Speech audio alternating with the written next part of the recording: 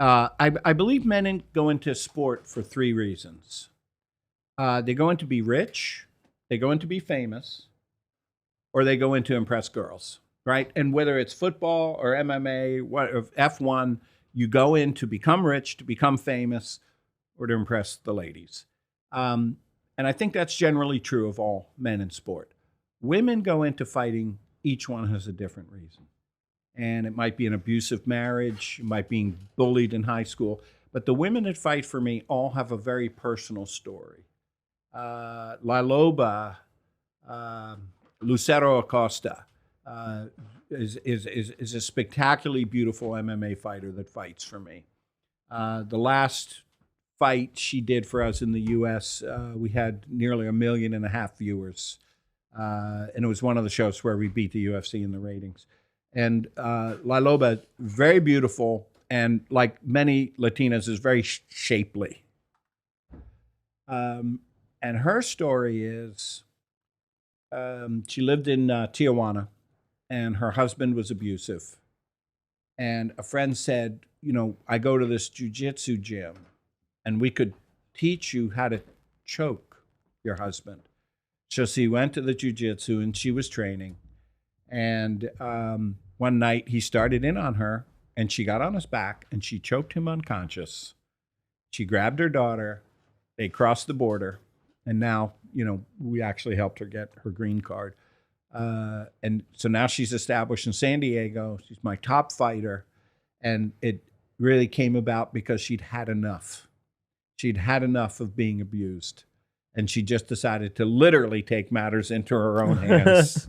And I find that a lot with the women. They're picked on, and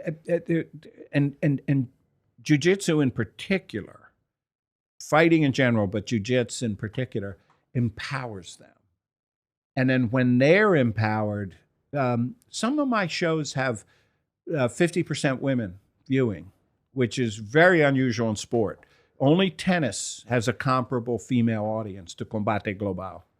And David, I want you to give me a chance to complain to Scotland about why they won't accept Combate here, but I'll come back to that. So I believe women fighters, and particularly because my girls are very cute, and we have a lot of 105s, right, which is the atom weight. So they're teeny tiny, they're so cute, they're so little, and then they tear each other apart. They're ferocious, and there's something about when women see other women fighting to be in such a male-dominated business and succeed. I believe young women see that and realize they can do anything. And I think it's very empowering. And also, but guys like to see girls fight, right? Like in high school in the US, if someone said, fight, you'd all run to see the fight. If they said, chick fight, you ran faster, right? So the men like to see women fight, and women feel empowered seeing other women fight. One of my girls, and it's funny, my feminist training was always to say women, not girls, but the fighters all call themselves girls. I don't know if it's to soften what they do, but they all refer to themselves as girls. And one of my women fighters got a great quote. She said, "Nothing is as much fun as punching another girl in the face." And when you hear that from a woman, right, it's startling. It's startling. And it changes how you think about our sport. And, I think, again, the thing that makes fighting successful are the stories behind the fighters. Campbell McLaren, welcome to the podcast. That was a great intro, wasn't it? and what I love about that is the whole premise of this podcast. If you ever looked at the description, it is using origin stories as a self-development tool. I love to show distance traveled, and you've opened this podcast with a conversation and a story about La Loba and how she has, and you have used her origin story to both improve her life, but also become marketable in a story to tell other women and other fighters that they can do it too. So let's hear about your origin story, Campbell. You're back in Scotland. Back in Scotland. Listen, I think this podcast is a brilliant, brilliant concept. I did research it. I think development, in the television business, if you're in development, that's the sexiest part of the TV business, movie business, or the TV business. And I think your idea, I think it's just great. Origin stories, by the way, are all bullshit, David. They're all manufactured, perfected over time, used over and over and over. But development is something different because you're continually developing. I started the UFC with very little development. I started working on it in April 1993, and it was on air in November. So, and I don't know if it's still developing, but to an extent, the sport is developing. Development doesn't stop. There's no point where you are developed, right? It just keeps going. An origin story can change. You can make it better. You can add to it. What did Mark Twain say? Don't let truth get in the way of a good story. But development is something that's very real, and I think all human beings benefit by continual development. But my origin story,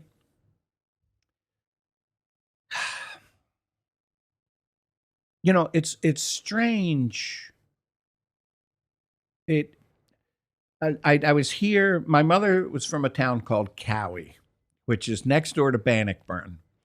And Bannockburn, of course, is remembered for a battle 1 millennium ago, right? The Scots are still taking that W, like 1,100 years later, the Bannockburn battle.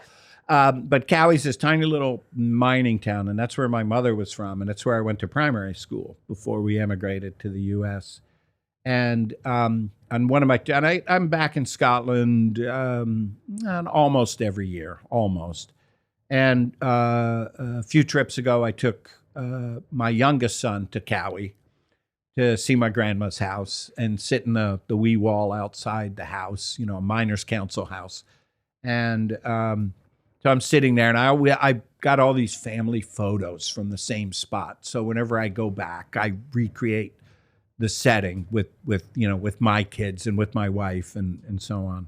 And I'm there, and these 3 young kids, young teenagers, come by on their bikes and go, "What are you doing here?"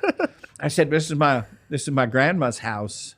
I went to primary school." They, "No, you didn't. You're a liar."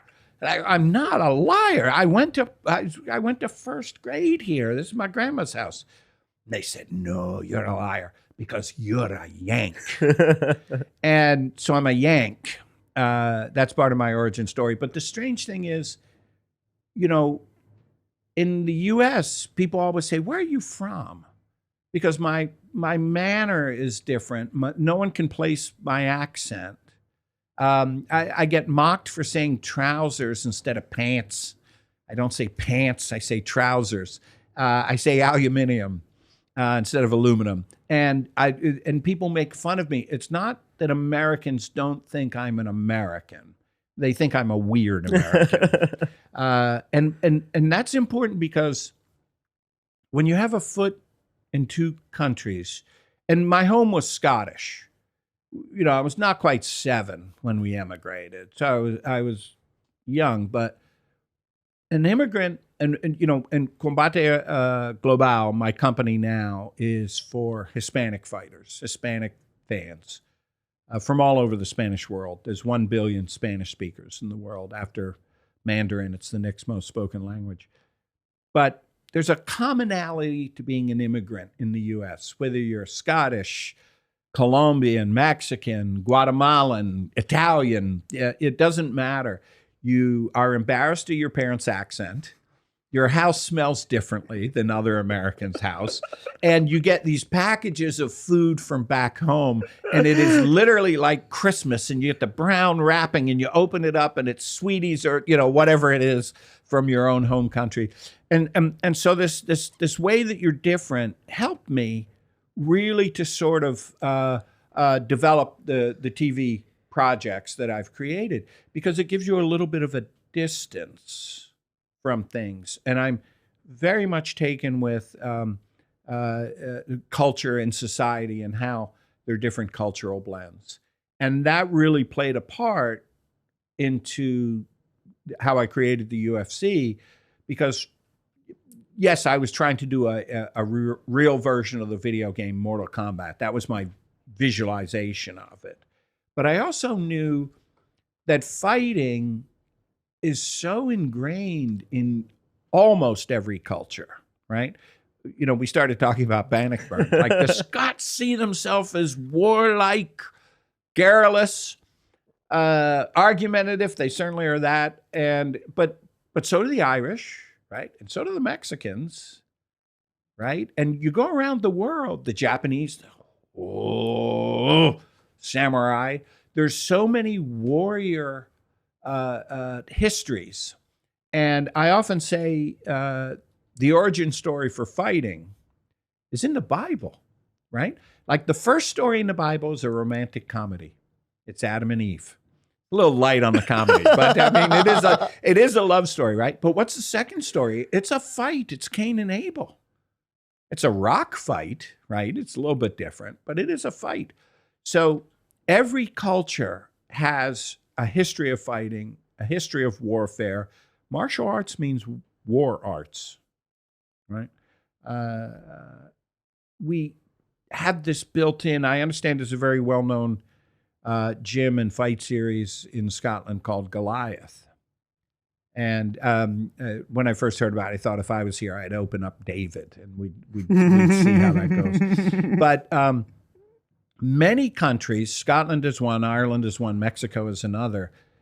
When a fighter emerges, you know, Conor McGregor or Canelo, they take on their shoulders the weight of the oppression that this country has gone through. And Conor McGregor represents every Irishman that's ever stood up against an English overlord, right? But then Conor McGregor, and it goes like this. So, and Muhammad Ali was very similar. Conor comes from a tough neighborhood in Dublin. Dublin has tough neighborhoods. And he becomes like the star and the hero of that neighborhood. And then he starts to represent Dublin, right? And then he starts to represent Ireland. And then he starts to represent the Irish that are spread out. There's 55 million people of Irish descent in the U.S. 55 million. That's 10 times Ireland's population. So then he starts to represent for them. And then he starts to represent every group of people that have been oppressed. And that's what makes fighting so powerful. When David, I'll let you have a word in your own podcast if you want. I don't think I want one. I love listening to you, Campbell. But one of the things I read about you was your fascination about the underdog mentality and underdog sense of belonging to your Scottish roots. And when you created the UFC, that concept was an underdog mentality. It was a radical idea to invent a sport which was mixed martial arts. I want to understand how much of an underdog you were when trying to develop that franchise. David, that's a very good question. I'm not sure. I've been asked a lot of questions about it, but I'm not sure I've ever been asked that. So set the scene for me. How did it look? How were the odds stacked against you? Well, I launched the one. I launched by stealth. It was two that I flipped it, right?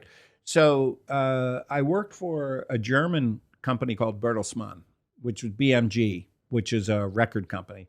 And they were doing a lot of music programming and losing a lot of money. And so I was brought in to find something besides music. And I did comedy. I did a car racing program. And I wanted to do something different. So the American head of the division I was in, it was BMG Ventures. The two German executives were coming from Gütersloh, tiny town where Bertelsmann's headquartered in Germany. And they're Germans. They're like, yeah, we want to know what the plan is and how much money you'll be making. And I didn't realize you worked with Arnold Schwarzenegger. Arnold's accent is very different. And I remember I was telling him about the UFC, before the UFC. You know, it's Arnold and John Milius gave me the idea for the Octagon, right? Because Rorion Gracie, who I was doing this with, was training a lot of Hollywood celebrities. Mel Gibson, Arnold. Gary Busey, and a few others. And so he introduced me to Arnold, and I was telling him about my idea. And at one point he goes, yeah, why are you still standing here? You should go do this idea. This is genius. And I go, well, would you come to it? He goes, absolutely not. There's no way I'm coming to say I'm respectable now. But we were trying to, I explain this to people. Imagine you're inventing football. Where do you play football? Pitch. Yeah. So someone had to invent that, right? I mean, you can play on grass, but someone has to come up with the dimensions, right? And where's out of bounds and where the goal. So we had that same problem with the UFC. We didn't know where to have the UFC. We couldn't do it in the ring. In Japan, a lot of MMA, Ryzen uses a ring, and a lot of the MMA in Japan has a boxing ring set up. But with jiu-jitsu involved, someone can get thrown out, right? So we couldn't use a ring. And we had literally no ideas. And Arnold, he goes, you should fight in an octagon like Conan fought in Conan the Barbarian. Which is true. If you look at the Conan movies, it's a stone octagon where they fight. And I thought, octagon is cool. It sounds cool. It sounds dangerous. In Combate, we don't fight in the octagon. Even though I helped trademark the octagon, I can't use it because I don't work at the UFC. So we don't fight in an octagon. I had to come up with another shape. So I did a circle. And then if you watch Combate Global, which you cannot do in Scotland, because I have offered it to the BBC, I've offered it to ITV, I've offered it to Channel 4, and I've offered it for free, which I rarely do, by the way. And there's a lot of MMA in the UK, right? There's UFC, there's Bellator, there's PFL, there's King of the Cage, Cage Warriors, Bama, I think Bama's still around. KSW, because Polish MMA organization, and a lot of Poles in the UK. So I'm like ninth in line, and nobody can say Combate. No one knows how to pronounce it. Anyway, we use a circle. And if you've ever seen Combate, which you can't in the UK, it's on YouTube. Go to our YouTube channel. The mat is sometimes the world, right? And sometimes it's a football, soccer ball. It's hard. There's only one place in the world that says soccer. It's the U.S. And I get so confused because if I say football in the U.S., everyone thinks American football, right? And if I say soccer in this country, everybody thinks I'm a Yank. So I have to watch it. So we use a circle, but I never liked the cage. I don't like the term the cage. Part of it is the controversy. Harder to advertise? And there's a lot of things. Human cage fighting, there's that sort of persona. So in Combate, we fight in La Jaula. La Jaula. Jaula. Jaula. Yeah, that's good. Like howl with an A on Jaula. Nice. And to me, it sounds like a monster movie. It sounds like, La Jaula. But it means the cage.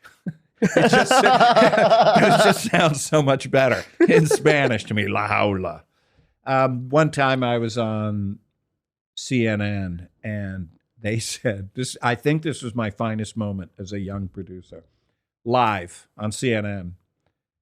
Is this human cockfighting? I said, no, all the men wear pants. They really had no answer to that. It's sort of the end of the interview. Well, that must have been one of the problems in the early days when you were an underdog promoting the UFC. Oh, yeah, you did have a question, didn't you? Yeah. Underdog. Well, it's funny. Americans all think they're the underdog, right? They continually, Americans, in any sort of competition, the Olympics, we're the underdog. Against who? Who's an overdog to the U.S.? But it's this American mentality of, we cleared the plains, we wore the cowboy hat, we're out on our own, poor little U.S. We have, I think, more aircraft carriers in our Navy than the world has combined, right? But we're the underdog. But Americans are the greatest marketers of all time. Americans are the most delusional people It's in the history. same thing. Because we don't. I've just finished a great book called Empire Land, which is about the UK and how the concept of empire has totally formed current Britain, right? And the writer is a Hindu professor at Oxford, but a very lively writer. It's not a dry book, Empire Land. And he says, one of the people he talks to says about the various folks that are now in the UK, we're here because you were there, right? So as Britain spread out, India, Africa, Jamaica, all those folks then had the ability to come here.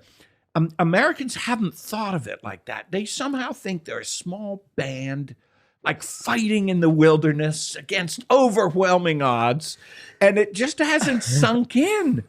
So there is this sense of underdog, and I think Royce Gracie personified that in the UFC, right? Because if you look at UFC 1, I have Taylor Tooley, the sumo wrestler who passed away just a few weeks ago. Very nice man. And Gerard Gordeau, who was a Savat kickboxer. Zane Frazier, who was a very large, muscular Kempo karate guy. Ken Shamrock, who you've had on your podcast, is that right? No. Oh, I thought I read you had him on. So Ken was so muscular. Ken's nipples had muscle. I mean, it's like his nipples could flex.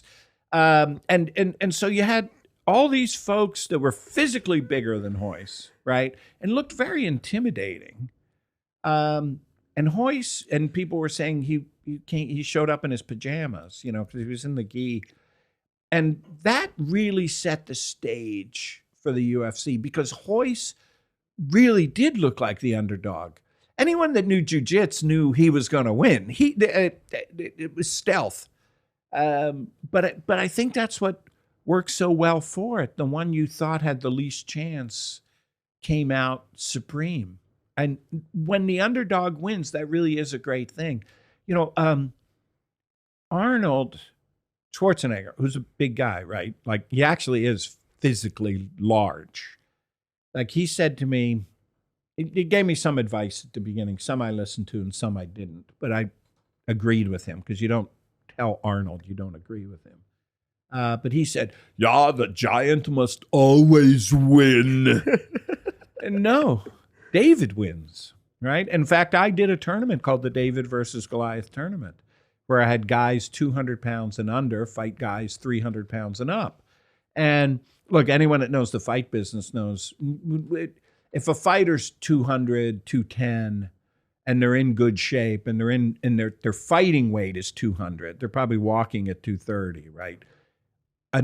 A man at 200 pounds in physical condition it doesn't matter. You can fight a 600-pound man, which I proved with Manny Yarbrough and Keith Hackney. But people see these essentially big fat guys, right? And then they see the guy that's 200 pounds. They go, oh, he's going to get killed. And then the David versus Goliath, all the Davids won and all the Goliaths lost. And that becomes the perfect humans just instinctively root for the underdog. And if they're the overdog, like England used to be in the world and the way the US is now, they don't even want to admit they're the overdog, right? When I look at the early days of the UFC and then I listen to you speak to Joe Rogan on a very similar flavor of this debate, he was of the mindset that it needs to be seen as a sport. There needs to be fairer matchups. And you were arguing that, not arguing, but your stance was it needs to be entertaining. And you came from like the kind of TV producer side. I think you were arguing or debating on, should they be limiting certain rules? And you said, yeah, that if it makes it more entertaining, then you should. And Rogan was like, no, it's fighting. It needs to be a sport. And so I'm curious to know, in the early days of the UFC, I believe your slogan was, there are no rules. How did you design the concept of the rounds, the disciplines, to make it the most entertaining domain in which created that image of human cockfighting.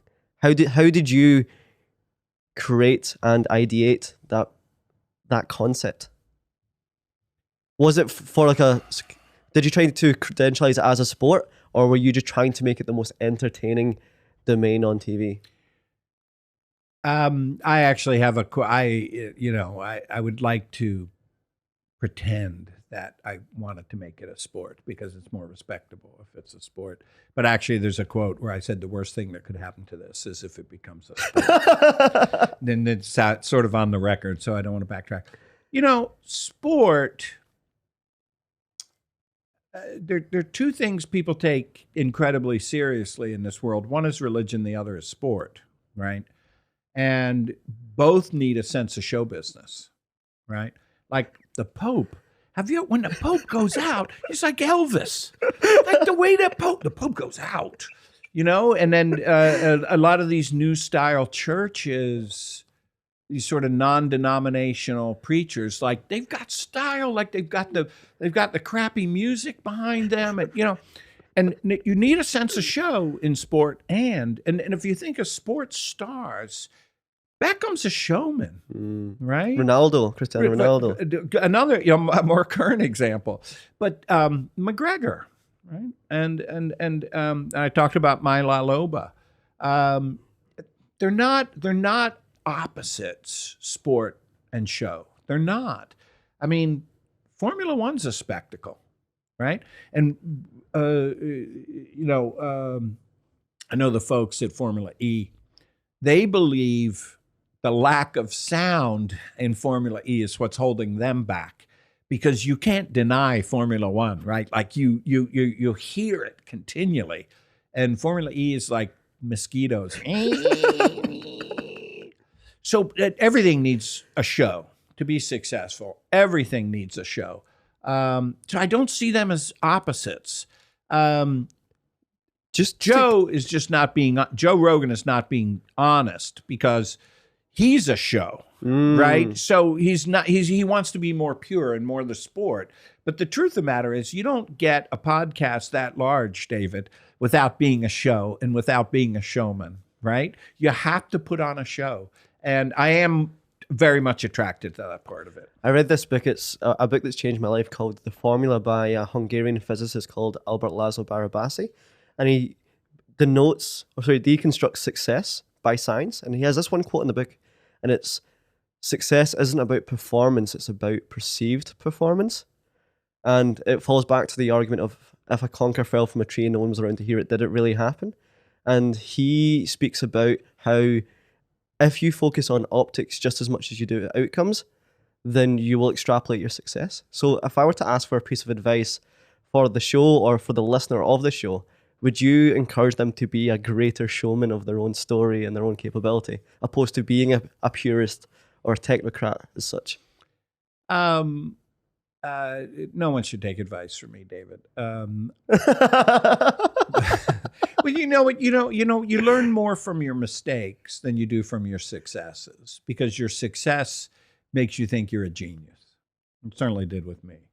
And then your mistakes are what you actually learn from. So to succeed, you probably should make more mistakes.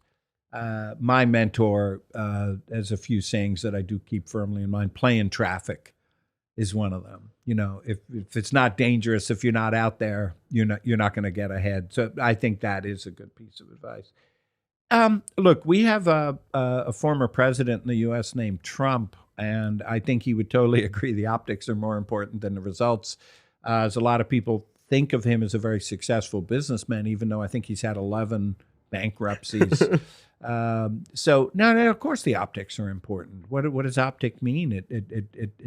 The word goes back to vision, eyes and vision. So if you see it, you believe it, as a tendency. So I think if you tell people, like I kept saying, there are no rules. It's a great slogan. The London School of Economics teaches a course on guerrilla marketing, and they teach, part of it is on the no rules. But it was funny. I was doing another podcast a few weeks ago in the U.S. Sorry, I don't remember which one. And I realized it's not that there are no rules. I thought of this 30 years too late, but better late than never, right? So it's not that there are no rules. It's that there are all the rules. Because if you're going to have a boxer fight a jiu-jitsu guy or a kickboxer, taekwondo, Muay Thai, you can't use the boxer's rules because then there's no kicking, right? There's no choking. There's no joint locks. So you got to use the boxer's rules, and you've got to add the jiu-jitsu rules, and you've got to add the Muay Thai rules, and you've got to add sumo or what, right? And this would have been brilliant if I'd have thought of this 30 years ago. But it's the development, right? It's taken me 30. There are all the rules. In other words, nothing is illegal. Everything is legal. It's not there are no rules. It's everything is permitted. That's different than there are no rules. But we had a rules meeting at UFC 1. And we had a rules meeting, right? And there are no rules. So Rorion Gracie, the patriarch of the clan, gave the rules speech. He said, "We are men. We are not animals. There's no biting." That was the end of the meeting. That's it. And then Taylor Tooley, and then everyone goes, "Well, what if I tape my knuckles? What if I wear Ken Shamrock? Can I wear my wrestling shoes if I don't kick?" So this big argument breaks out the night before the first UFC. Everybody's screaming, and Rorion was revered, respected, but he wasn't helping, right? Because can I wear my shoes if I promise not to kick? Yeah, okay. I don't care. Whatever you want. I didn't care. But that didn't settle the argument, right? So Taylor Tooley, the sumo, stood up. And he had a shaved head. So he always wore like a, stocking cap, ski kind of cap. And he took it off and he slammed it on the table. And, he weighed 350. He was, big guy. And he goes, "I came to fight," and walked out. And then everybody just shut the fuck up. Because after he did that, you couldn't go, "Would it be okay if I tape my hands?" So it ended the rules meeting. He came to fight. I've totally lost track of any of your questions. I think they were really good. But you hear in my incredibly long-winded responses the development of the sport, of my ideas, and how it all came about. When did it become more standardized in terms of the rule set, the weight classes, how they present themselves in terms of what they wear? Well, how long did it take you to get like a standardized procedure checklist? The unified rules come in 12, UFC 12 or 13. A lot of people, Dana White, much more famous than I, probably the best promoter of the 20th century and the 21st century. Incredible showman, right? Even though he did turn it absolutely into a sport, a great sport. But he's a great showman. And a lot of people think he started the UFC because, again, much more famous than me.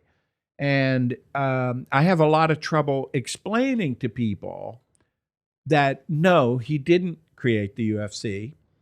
And no, he didn't create the rules. Dana and the Fertitta brothers came in on UFC 30. So I executive produced the first 22. And then the company invited me to go somewhere else because the controversy, I was sort of the lightning rod for the no rules controversy. But by 14, UFC 14, UFC 15, the unified rules are in place, and they were written by the New Jersey State Athletic Commission. And it was a martial artist that ran the commission rather than a boxing guy. And so those went into place, and those were weight classes. And essentially, it was boxing regulations applied to mixed martial arts. Were you happy when that happened? Well, I'll tell you, there was they all run together, David.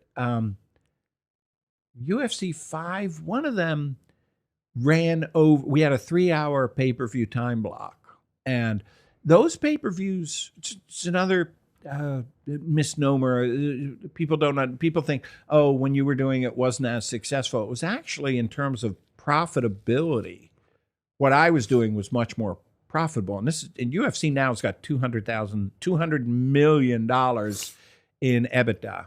So their profit, I mean, it's like a 40% margin. They're incredible business.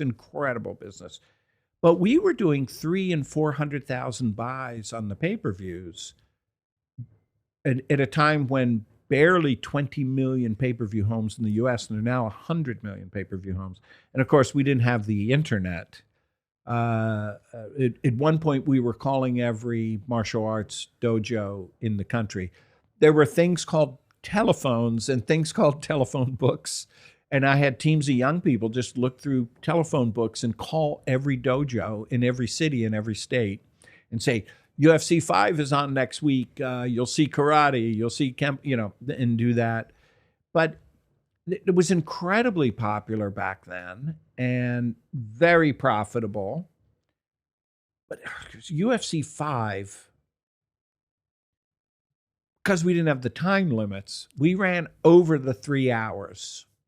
And the final fight was cut off before the finish.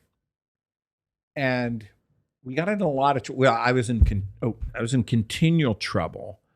And it was worse on this because in Cleveland, Ohio, the local branch of the Hells Angels motorcycle club were having a party to watch the UFC. And when they lost the signal for the final fight, they were like, motherfuck. And they all went to their local, sorry if I, so they all went to their local cable office and smashed through the windows, and this is like at midnight, so there's no one there. So they broke in and they tore the place up. and so I got blamed for that, of course. But most of the cable systems made us give the money back. Now, I am Scottish. So giving money back, which just wasn't a concept I was quite familiar with. And, we still had to pay for the show. And so that was painful. So after that, we started to put in the time limits. And it's at that point that the Gracie clan decided to sort of exit. Because the Gracie said they'll fight anyone. Didn't matter the weight class, didn't matter the style. They would fight anyone. But as they say, they need time to cook an opponent. And it sometimes can take hours. Elio, the patriarch, the founder of Gracie Jiu-Jitsu, had an 8-hour fight in Japan, where his opponent, famous judokan, broke Elio's arm. They kept fighting for 8 hours. But back to the show question, I don't really think anyone wants to see an 8-hour fight with a man with a broken arm. Like, you might watch highlights of that. So actually, when we put in time limits, I think it was much better for the show. And the Gracies did exit after that. Other key... Did I answer the question? 100%. No, I did. I thought I wasn't even close. Other key fundamental components of the UFC's success is the introduction of John McCarthy, the referee, and also the the implementation and introduction of Joe Rogan as a commentator for the UFC. Because obviously everyone knows who Joe Rogan is now because of the UFC and because of his podcast, but he was on TV already at that moment in time. Why did it make sense for you to hire Joe Rogan as the commentator for the UFC? Essentially because of the chaos, because I needed someone that could fill airtime while we figured out what was going on. I'll give you a specific example. But let me point out something to your listeners. If you're a UFC fan, that's good. It's a great organization. I don't watch the UFC. I do go to UFCs. I went to the first UFC in Scotland. I went to see Conor fight in Dublin in whenever that was, 2014. I went to the first one in France, in Paris. Juliana Pena is a very dear friend of mine, and I go to her fights. I go in Mexico City. Dana doesn't go to the one in Mexico City. So I'm the highest ranking UFC executive when I go to Mexico City. But under my watch, I brought in Joe Rogan. I brought in John McCarthy. I brought in the Gracies. I brought in the Shamrocks, Ken and Frank. I added the rules to help create the Octogon. Jason Cousins is the designer, and there's a real story behind how he developed the idea of what became the Octogon. And Joe Silva, if you're a real hardcore fan, you know Joe Silva. Joe was the UFC's matchmaker until the sale to Endeavor and Ari Emanuel. What is that, 5 years ago, 6 years ago? Joe was my assistant, and he worked in a video arcade back in the day when you needed, I don't know what coin you would have used here in the UK, but in the US it was quarters, which were 25 cents. And Joe had one of those coin belt things, and in the arcade you'd give him $1 and he'd give you $4, and you keep playing your. After UFC 1, UFC 2, I ran a contest, super fan. Are you the biggest super fan? Because UFC 1 had 70, 80,000 viewers, which is quite a lot for pay-per-view back then. And then I did Death is Cheap, 1995, the very famous New York Times interview with it. All hell broke loose. That's what made everybody crazy. So 70 or 80,000 buys on UFC 1, and then it was like 300,000 on UFC 2. So, I mean, it just exploded because I was doing my no rules marketing. And so I did a contest. Are you a UFC super fan? Win a trip to UFC 3. So, look, and this is William Wallace era, right? This is so long ago. There's no internet, right? There's the post office. So you had to put a stamp on. You had to know how to write an envelope. You know, my youngest son, who's 22, is a bit of a boy wonder. He's going to work for Microsoft in AI. He didn't know how to address an envelope. And, you know, he had to ask his mom, because he'd never sent an envelope. How does he know how to send an envelope? So I did a super fan contest, and you had to send me an envelope with why you're a super fan inside. So I get this package, not an envelope, like a big pack. And it's a yellow, with yellow legal pad, right, where lawyers use to take notes, right?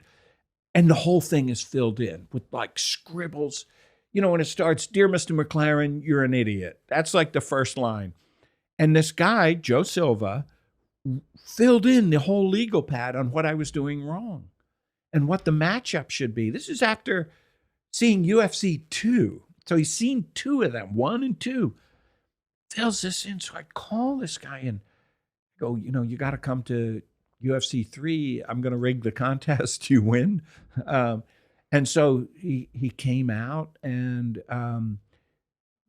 Joe Silva, short guy, and he's like a chess master. Like he's playing virtual chess in his 3-dimensional chess in his head. And this guy should fight this one. And I talked to this guy, and he's like, he's Joe. I'm sure you won't hear this, but maybe someone will hear it and tell you, you know, I love you. I still talk to Joe. You know, I love you, but he's socially awkward. He's a friggin' genius. So I hired him, and he became like the matchmaker. Wow. Even though we were doing tournaments, he would go, if we can do the tournament so that this guy will fight this guy, then you're going to have Muay Thai versus, you know, he could really see through the fights. So I hired Joe Rogan, Joe Silva, John McCarthy, the Shamrocks, the Gracies, helped do the Octogon, did the no rules thing, and then some 30 events later, Dana said one time, he goes, all I bought was 3 letters, UFC. There was nothing else. Yeah, but sometimes 3 letters can mean a lot, right? And I would say IBM, right? ABC is the big TV network in the US. 3 letters. But the thing about the UFC was when he bought it, as I said, Big John, Joe McCarthy, Joe Silvas, Frank Shamrock, Ken Shamrock, the Gracies, the Octagon itself. But it was the sense that it was the baddest thing on the planet. Like the 90s, we were coming out of the 80s, hair bands, and the WWE was crazy, and everything was overblown. And I wanted the UFC to just cut through the bullshit. Like there was, when people say what money talks and bullshit walks, right? Like, could you walk the walk in the UFC? And all the bullshit fell away. Now, it's still a spectacle, but could you back up what you were saying? And in the Octagon, the bullshit, goes over the top and out. And so we created it for this. And that's what I think Dana inherited. And I think what Dana got were all the creative elements I put together. But then he had to bring it back to being accepted again, because it was turned off on TV. It was only on direct TV. Banned in many states, right? Banned. I said banned in 49 states, but I'd done it in 6. And they're 50 states. And nobody ever went, Campbell, that's 55 states. It wasn't actually banned. It was not regulated. There's a difference, right? Because the athletic commissions tend to do boxing. They're not called boxing commissions. They're called athletic commissions. And a very powerful U.S. senator was trying to establish a national boxing Is that John commission. McCain? John McCain, right? So he was using the UFC as sort of a way to get a national or a federal boxing commission, athletic commission. So, but here's the thing, like we did this study and we found girls' high school football, we said soccer, girls' high school soccer had more concussions than the UFC. But that's not a good marketing. Girls' soccer is safer, but $29.95. Watch the UFC. And going, there are some rules. Like, that's not good. No rules. 2 men enter, 1 man lead. That's what's going to get people to tune in, right? So again, back to one of your original questions about optics. We made it seem like it was banned everywhere because people want something they can't have. You tell someone they can't have it, what do they want? They want it immediately. So that was part of it. And did that lead to your departure? My departure is a polite word. I was invited to go somewhere else. What do they say to drunks in a bar? You don't have to go home, but you can't stay here. The wording was really heartbreaking because I think of I have 3 wonderful children and now a daughter-in-law. It's wonderful kids. Really proud of my kids, and I feel like the UFC is my 4th child. I really do. And it's like I gave the child up for adoption, and I became very famous and took over the world. And I was like, no, that's actually my kid. No, it was very upsetting. It took me a long time to get over that. How did it impact you? And does that pain grow as you see the UFC grow? My wife is quite pissed off, because I've done quite well in my career, but I'm not a billionaire. And my wife often looks at Dana and the Fertittas who did become billionaires. Dana's not a billionaire yet. Slap fighting may get him there. Look, I'm very proud of the UFC. And it was a good 2007, 2008. So I left at 2000 and I did an MMA show called The Iron Ring in 2007. So it was 7 years. I was producing TV shows. I did a show with a guy named Sir Paul McCartney, which was kind of interesting. And I created a TV series called The Wrong Man, which is about wrongfully convicted people in jail with DNA research had, seen that they were in life in prison, but they were innocent. I did that one because, I'm trying to lower the temperature of my seat in hell. And I figure every time I do like a good deed, like they're just going to turn it down like 3 degrees because I'm definitely going south when I expire. There's no doubt about it. But maybe I can get the seat down to like a lower temperature.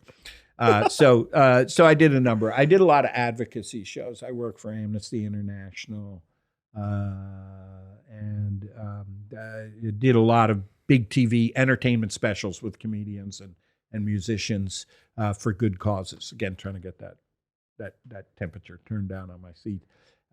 So did the departure from the UFC make you feel like a dirty man because you were kind of edged out? Did you try and inflict David, better I did good mention karma? I was Scottish, right? Like, the more you tell me I'm an asshole, the more I embrace it and tell you to fuck the fuck off. So I got to the point where I was so sick. Like, John McCain, Senator McCain, who ran for president against Donald Trump, like, lost the nomination to Trump. He's a very powerful man, and he'd been a war hero. He'd been a POW in Vietnam, Navy officer. He called me a threat to Western civilization. Do I look like a threat to Western civilization? But, I took that as a compliment. It's also like, you have to remember the times. The biggest problem in the U.S. in 96, that's when McCain was really coming after me, was the president got a blowjob. Like, that was the U.S. biggest problem. Bill Clinton got a blowjob. And there was no ISIS, 9/11 hadn't happened. The economy was good. Like, things were good. So the president's blowjob and me, we were the biggest problems. You combined the two together. So, you have to put that in perspective. So it was so, it seemed so utterly ridiculous to me that I was being put in this position. But I embraced it. I spent the day yesterday. My dear mother's birthday was yesterday, my Scottish mother from Cowie. And my mother was 40 years, was a Presbyterian church administrator. So we always had a pastor in the house, and I was sort of raised in the church. And not the wee church, Presbyterian church. We're not lunatics. And I went to Holyrood, but the one in Stirling. I've been to one in Edinburgh. And I'm there in the church, and there's nobody there. Like, all the tourists are going to the castle. No one, people don't go to church anymore, but I like churches. And my mother had been her birthday 2 weeks before. And so there's a tour guide, but there's no one to guide. It was just me, right? So, and as you can tell, I'm a talker. So I start telling them, they're telling me, we're going on. And I spent 2 or 3 hours in the church. So Holyrood, and Rood is part of the True Cross, right? So it was like a medieval amusement park. When you had a piece of the True Cross, pilgrims would come and give you money, and it was a show, right? So Holyrood. And so they're telling me the history of the church. So in 1630, the two ministers of the church have a huge dispute, a doctrinal dispute. And it's essentially, the Reformation and Cromwell, and it's all that sort of thing. And this church, which is a very important church in Scotland in 1630, Stirling was, a significant town back then. They have this huge argument. And I'm like, yeah, they're Scottish, and I'm not surprised they're arguing. And they build a wall and cut the church in half. And half the congregation goes to hear one half, and the pastor there, and the other half goes to the other. And they build a wall separating this medieval cathedral, beautiful old church, and they build a wall, and it's in half. That wall stays up for 300 years. They take the wall down in 1935, right? So to me, the biggest problem the Scots have are the Scots. They conveniently have the English to blame, but the argumentative nature of this country and this people.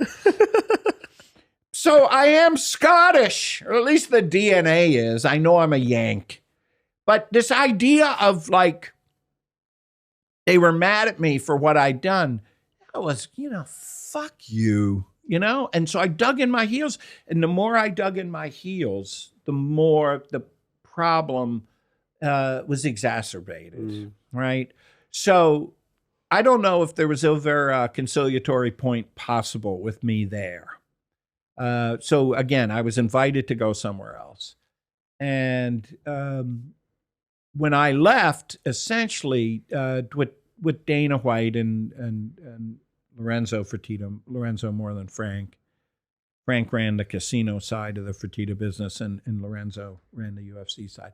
Essentially, what they needed to do was start over, right? They needed to, a new broom sweeps clean.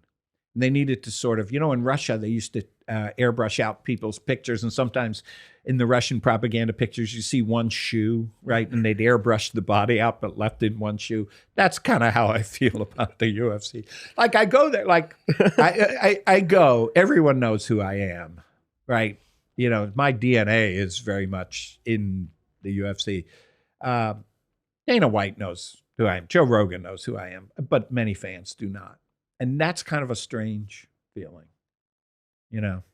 Does that pain grow as the UFC? It's not a pain. It's not a pain. It's not a pain. How would you describe it? A development, David. Let me tell you something. I will share with you and with your listeners something I don't talk about a great deal. 10 years ago, I was diagnosed with stage 4 cancer. And they gave me 4% chance to live, which are low odds. But again, I pointed out I'm Scottish. Like, we like long odds. And I'd had colon cancer, and it spread to my liver. And I had 2 major operations. I went through 48 weeks of chemotherapy over the course of 2 years, 2 massive surgeries. So that was pain, yo. That was pain. That was, and faced with your own mortality. So I was 58. So I didn't think I was old, by the way. When you're faced with that, it lets you, cancer, people would say cancer's the club no one wants to belong to, right? And I was in Mount Sinai. It's a fantastic hospital, literally saved my life. Doctors were amazing. The treatment of cancer has changed so much in the last 5 and 10 years.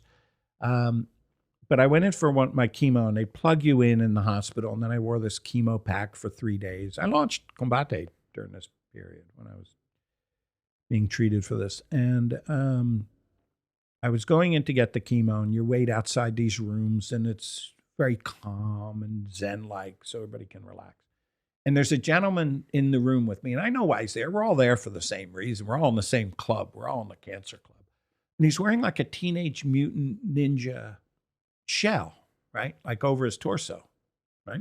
And it's graffiti. It's been graffitied. And it's spectacular, and it's very obvious. This is not a subtle thing. It covers his whole torso from below his chin to his waistline. And it's brightly colored, brightly graffitied. And like I say, we're all there for the same reason. So I said, pardon me, but that's fantastic. Why are you wearing that? Because I didn't think he was one of the turtles. He didn't look like Michelangelo. And he said, well, the chemo's made my bones so brittle that if I bump into something, I break my ribs. I was like, damn, like I am never going to complain again, because I was in rough shape, but I wasn't breaking my ribs when I bumped into something. So, when you go through something like that, David, bitterness, like a lot of things fall away. You get a chance to look at your life, and I realized I believe I'm probably the luckiest man in the world. My wife and I just celebrated 39 years of marriage. As I said, I have 3 beautiful kids. I get to do what I want. I'm the boss.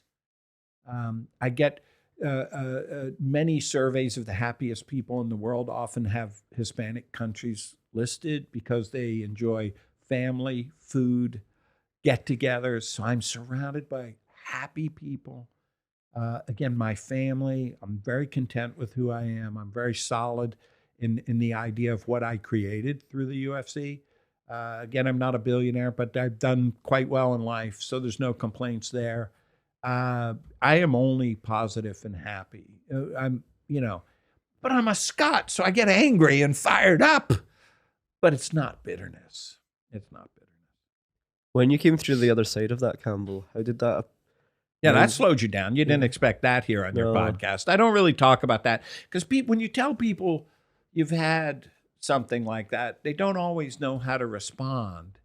And so I don't mean to put people on the spot, but it's not a secret. You know, October of this year, I'm 9 years cancer free, which pretty much they consider. Yeah, thank you. And I'm knocking on some wood here, and they pretty much consider that cured.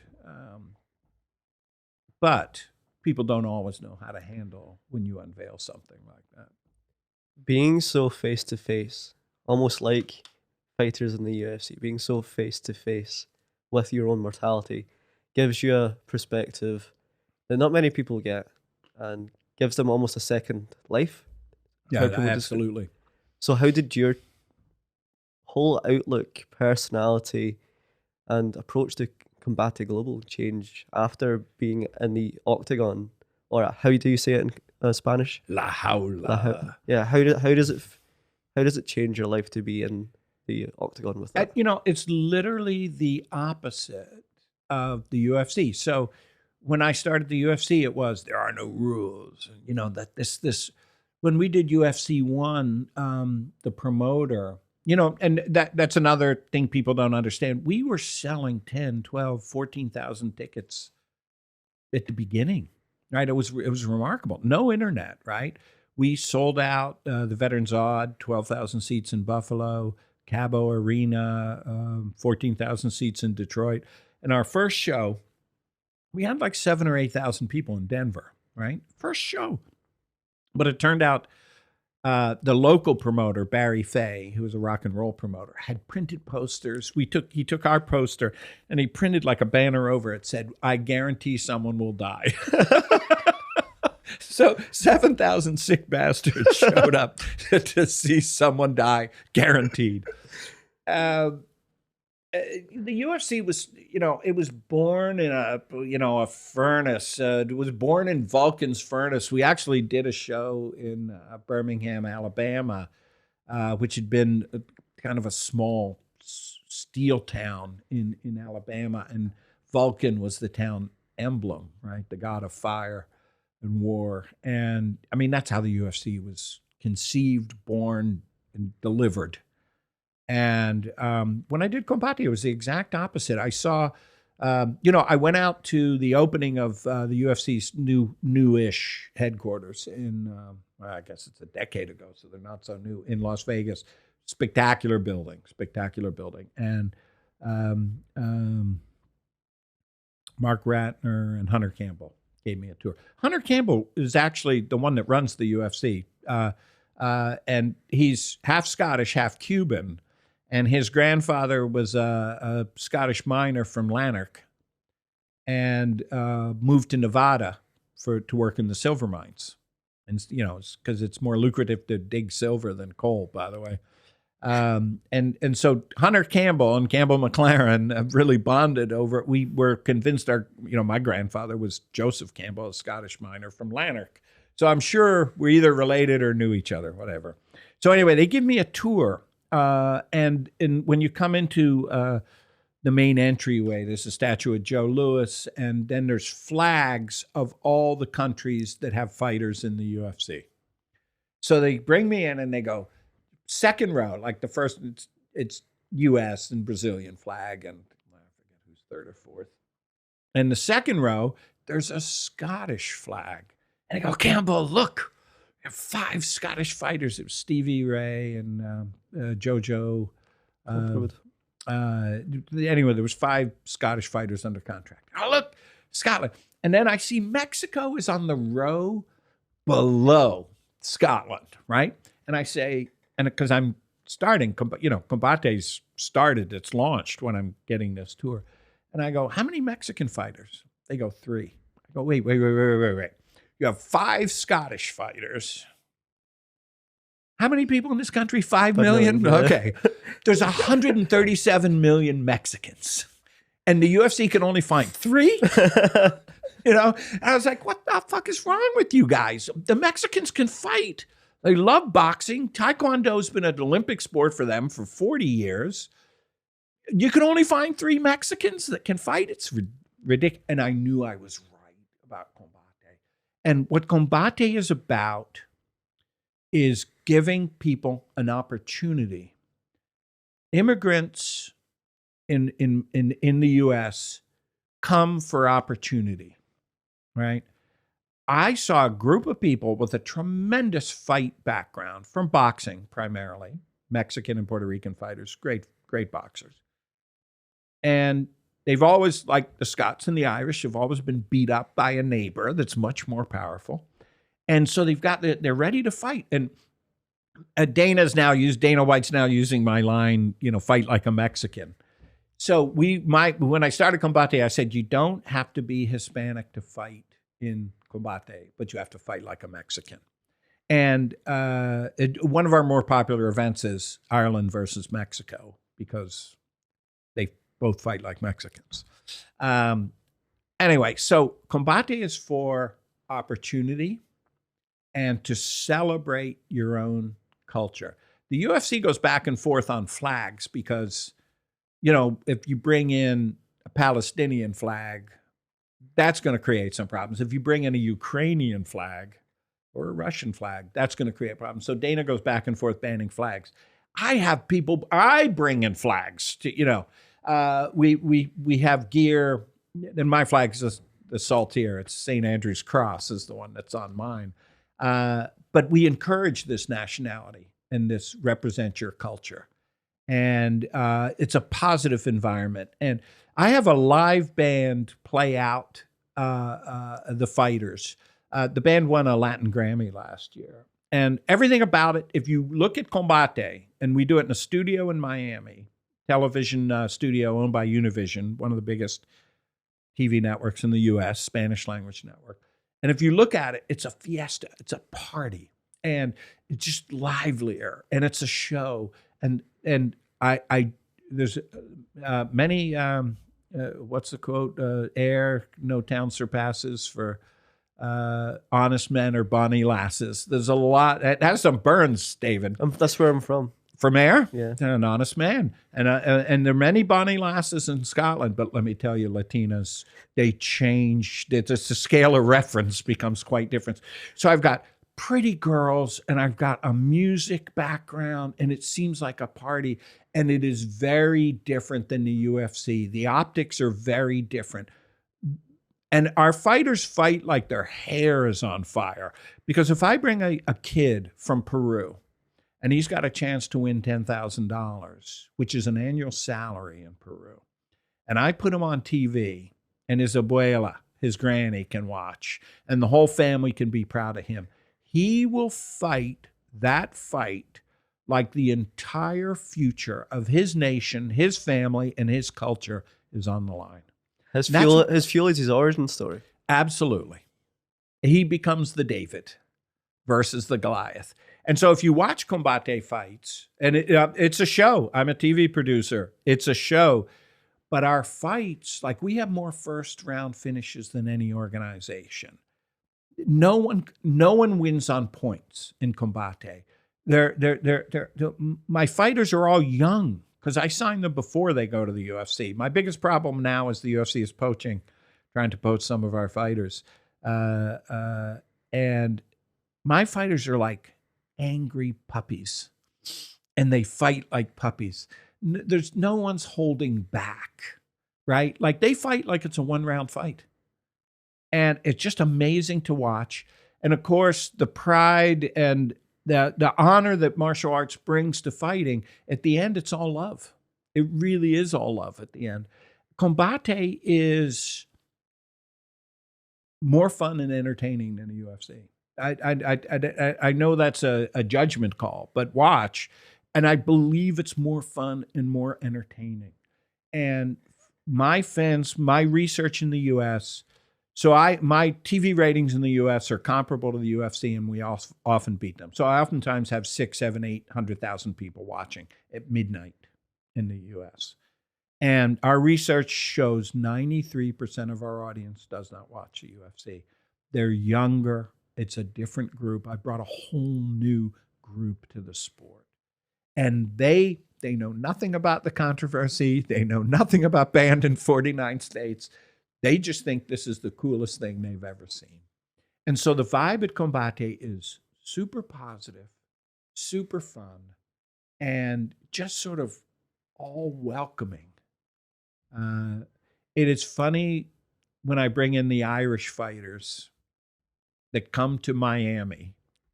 And Pat Lahane, one of our fighters, has coached John Cavanaugh, who's Connor's coach, brings a lot of fighters for us. And it's funny to see the Irish are bigger than most Hispanics, and they're paler by a, it's funny. They come in with sunburned, elbows because they were out, they put their car out they put their elbow out the car window where they're driving and their elbow gets sunburned. But the spirit, that Celtic spirit, is not dissimilar to what I'm seeing in the Hispanic world. You recognize tradition, family, culture, food, beer. Well, Campbell, I don't know if I answered it. No, you didn't. And I want to thank you. How long have we been talking? We've been talking nonstop. I've been talking nonstop. We have been. What do we? What's our summation? I just want to say thank you, Campbell. Thank you, David. This is a great podcast. Thank you so much. When you founded MMA, modern day MMA, you celebrated a culture of people that were angry, that needed an outlet, that needed expression. And I'm here with two other MMA fighters who have found celebration in their cultures. And now through Combate, you're doing the exact same, a celebration of culture. And today I got to learn about your celebration of your culture, the underdog Scotsman, but also understand what it means to celebrate other cultures, their origin stories and their development. I've been professionally flirting with you for 3.5 years since I first messaged you. Is that right? 3.5 years ago, I did 2 or 3 episodes and someone told me about you. He followed you on Twitter. And we couldn't make it happen. I'm a good follow on Twitter. He is a good follower. I'm very entertaining on, because I actually answer questions and tell the truth. You do? And tell people to fuck the fuck off. You didn't do that to me, by the way. We just couldn't make it happen because of timings and you were flying all around the US. But we're here in Glasgow doing this. This is really special for me. So thanks for coming on, Campbell. Thanks, David. Can I come back? You are more than welcome.